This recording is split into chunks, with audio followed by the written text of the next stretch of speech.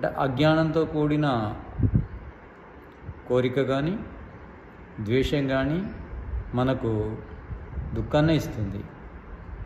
ఇక జ్ఞానంతో కూడిన ద్వేషం కానీ కోరిక కానీ సుఖాన్ని ఇస్తుంది. కనుక సుఖ దుఃఖాలు జ్ఞానయుక్తమైన ఇచ్ఛా ద్వేషాలపై ఆధారపడి ఉంటాయి.